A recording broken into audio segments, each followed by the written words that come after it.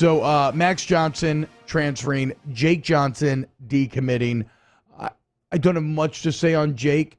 Obviously, that's a premier talent to lose, and that's a huge bummer. We always knew they were tied at the hip, but again, he's a high school recruit.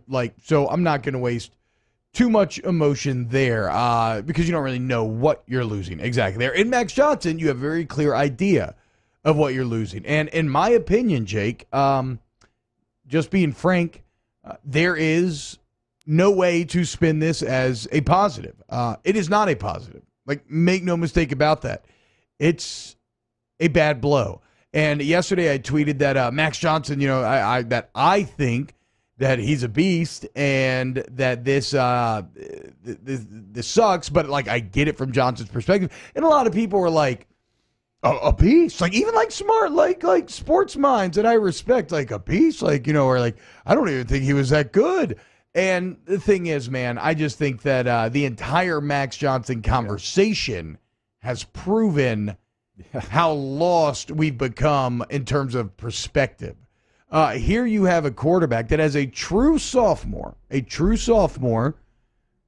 for nearly 3,000 yards, 27 touchdowns, 6 interceptions, in a bad offense, in a very poorly defined offense, with a first-time play caller, and losing his best weapon halfway through the season. What are we talking? He didn't even have a running back to throw it to the entire year, and he still put up those numbers, okay? So in the context of this year, the potential of Max Johnson was huge. And so losing him hurts on various fronts. Before we get into how it interplays with the rest of the roster, Jake, what do you think you lost in Max Johnson alone? Well, you lost someone that was, a leader and all that type of stuff. Not every quarterback is that, but that was someone who he was. He was someone that anytime, and this might seem small to a lot of people, but just as a former player, he would post something on Instagram, and then you would see all the team repost it, not just the offensive players, the defensive players, everyone on there, and Max my guy, and all these tags, whatever. That kind of stuff for me goes a long way. So he had the ear of the team. He was a team leader. You also lose someone who was very stable. He was. When you look at last year's stats, you look at this year's stats. Last year he throws for over 1,000 yards, 8 touchdowns, only 1 interception, had a quarterback rating of 134. And in this season, he goes up, obviously. His quarterback rating's 144. You mentioned the stats, T. He was 38th in yards in the country, 15th in touchdowns in the country, and 34th in interceptions. So he was somebody that, within an offense that was not very quarterback friendly as far as getting the ball out of your hands very quick, I thought he did a lot of nice things. Now, is all of that on the staff? No, but a bulk of it is. Yeah. And I will watch tape with anyone that wants to watch tape, and we will show you where the outlets were not. I'm talking about the checkdowns. I'm talking about the quick, get it out of your hand type passes. They just weren't there. There was a lot of 6- and 7-man protection where you had guys just policing the area, like we tell you all the time. 5-man protection, his stats just went through the roof. The breakdown of 6- and 7-man protection compared to where he was in 5-man protection, it was almost laughable. You'd look at it and you'd say, there's no way. There's just no way. The yards, the touchdowns, the completion percentage, the time, the ball out of his hands in a 5-man protection, what was it, 2.6 compared to three flat? Yeah. That is, if you don't think that is an eternity in football, especially when you're that fast. In a 40-yard dash, when you get in the 4-second range, that's an eternity, but certainly in 2.6 to 3. What's the difference between a 4.5 and a 5.0 is making the NFL, right? If running back runs a 5.0, he ain't making it. Runs a 4.5, he's got a good shot. So this is not going to be. You're not going to get it. You might get it from other shows. You're not going to get the slander it's fine. He held onto the ball too long. Well, there was times when he held onto the ball too long, but it's because built in within the offense, there was really nowhere to go with said football. The last 2 games, I'll give the staff credit. UL Monroe game had a lot of screens, a lot of quick throws. Texas A&M, the same thing. Your leading running back, though, caught 8 passes. Think about that real quick. Your leading running back caught 8 passes on the season. In 2021 football. Yeah. In 2021 football. I caught 30-something. Yeah. Okay? You can't, that can't happen in today's football. In a less miles off. It can't. It cannot happen. Your leading running back is never maybe going to get to where Clyde was at 55. You've got to live in that 30 to 40 range, though. That's just what it is. Like, that is a quick outlet for you to get the ball out of your hands, slow the rush down, and give your quarterback some confidence. So this isn't going to be a lot of quarterback hate. Is it to say that you can't bring someone in that's as good? It's not. I mean, I'd love to see what Garrett Nussmeier and Walker Howard if he ends up at LSU. I still like those two options. But look. This is surprising to me. Yeah. And word was real quick to you. Oh yeah, go ahead. Word was that he was happy about the coach that was coming in. He was going to stay. That's the word that we got. And so it's surprising. And you always knew him and his brother were tied together. I mean, of course they were, right? And so now you lose a player that had a lot of potential coming in as a tight end, and you had someone that was proven. Was he the most proven quarterback in the country? No, he wasn't. But he was someone that would enter that competition as the leader. And, competition like that always brings out the best in most people. So it's surprising to me. I thought that the word was he wanted to stay. He was excited about Brian Kelly. But whatever happened, ultimately, him and his brother both not going to be at LSU. Yeah, and look, also, if you're going to continue to say that he holds on the ball too long, point me at the A&M game or something, one of the glaring issues on top of not having outlets and everything else is a lot of time in these cover zero blitzes, receivers just didn't break off their routes. He literally had nowhere to go with the ball at times. A lot of people, I feel like the back-to-back sacks against A&M really stand out in people's minds, and those were literally, no exaggeration, in no way Max Johnson's fault at all.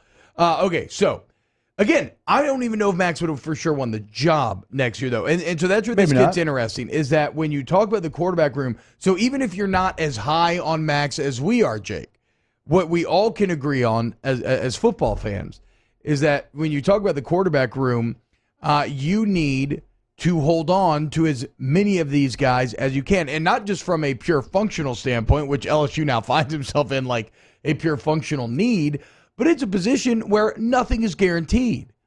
Guys, like all football, and it's maybe even crazier at quarterback, can go boom or bust all the time. And so you need as many solid options to throw against the wall and see who emerges. Competition makes everybody better, et cetera, and if you want to maximize your success. And so when you had Max Johnson, Garrett Nussmeier, and Walker Howard being thrown against that wall, I felt damn good about not just getting a good quarterback, but potentially getting an elite quarterback out of that grouping.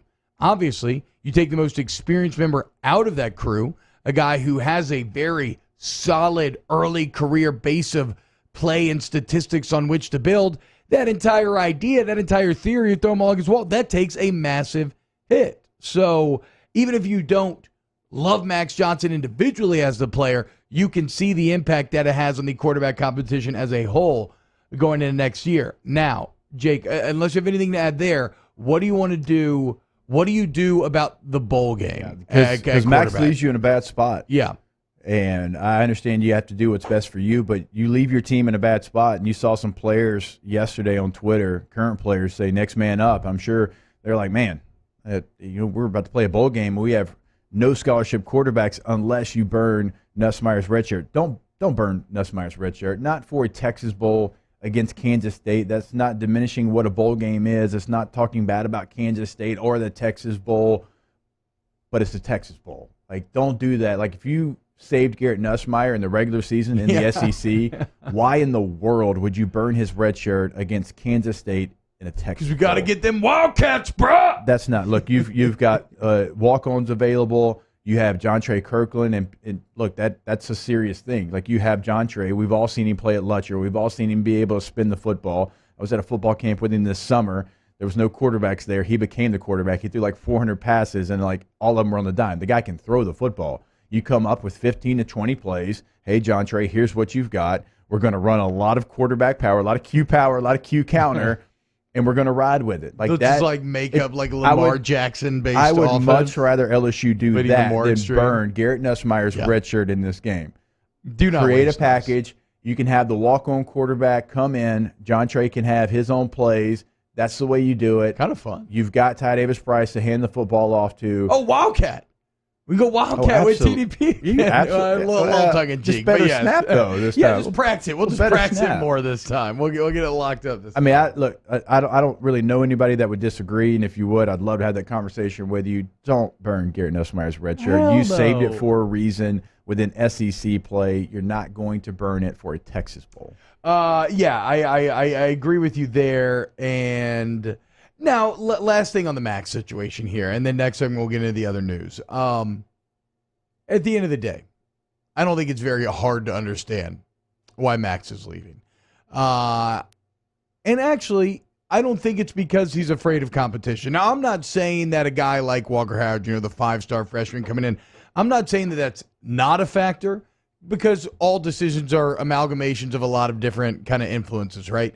And so it's in there. It's in there, but it's not one of the main factors.